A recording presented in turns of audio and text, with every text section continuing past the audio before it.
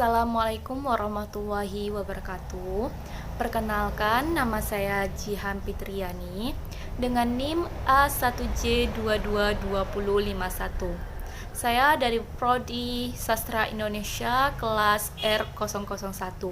Di sini saya akan membahas tentang kelebihan dan kekurangan yang ada pada teori Noam Chomsky, teori gramatikal relasional, teori gramatikal generatif, dan teori fonologi generatif sebagai tugas akhir atau tugas UAS dari mata kuliah Mazhab Linguistik dengan dosen pengampu Ibu Afrilia Kartika Putri, SPD MHum. Baiklah, saya akan membahas kekurangan dan kelebihan yang ada pada teori. Yang pertama yaitu teori Noam Chomsky.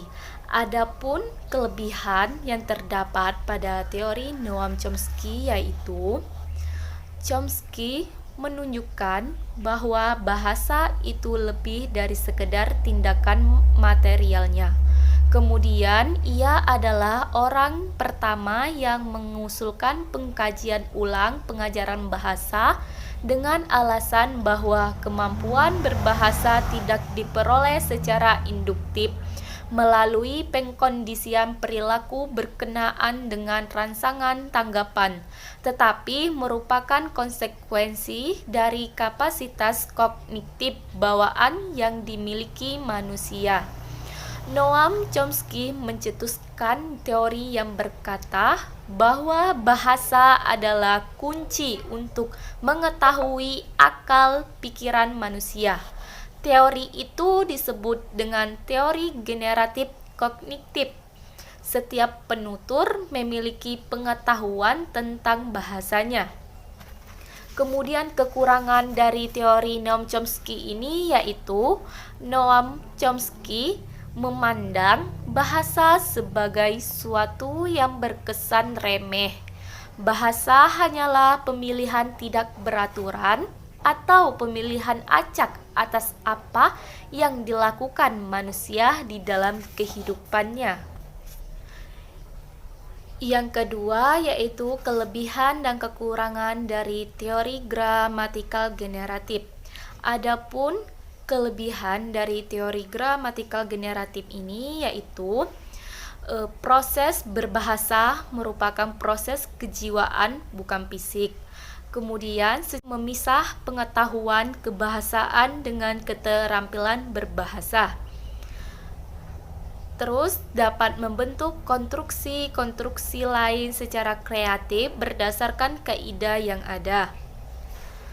Kemudian dengan pembedaan kalimat inti dan transportasi telah dapat dipilah antara substansi dan perwujudan dan dapat menghasilkan kalimat yang tak terhingga banyaknya karena gramatiknya bersifat generatif.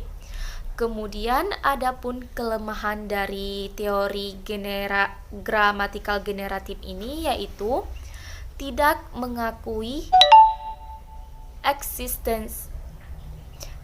mengakui eksistensi klausa sehingga tidak dapat memilah konsep klausa dan kalimat.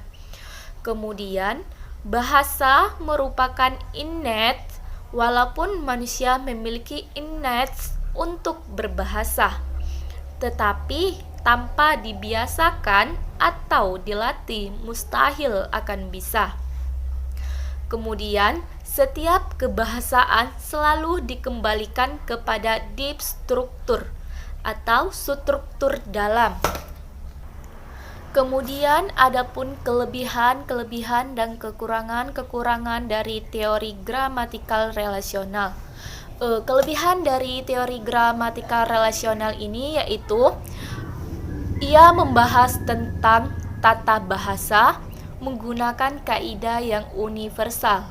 Kemudian kelemahan dari teori ini yaitu teori gramatikal relasional hanya tertuju atau terfokus pada beberapa kaidah saja. Yang terakhir adalah kekurangan dan kelebihan dari teori fonologi generatif. Adapun kelebihan dari teori fonologi generatif yaitu fonologi generatif ini dapat mengetahui kaidah-kaidah perubahan bunyi. Dan untuk kelemahannya sendiri, teori ini hanya terfokus membicarakan proses fonologis suatu bahasa.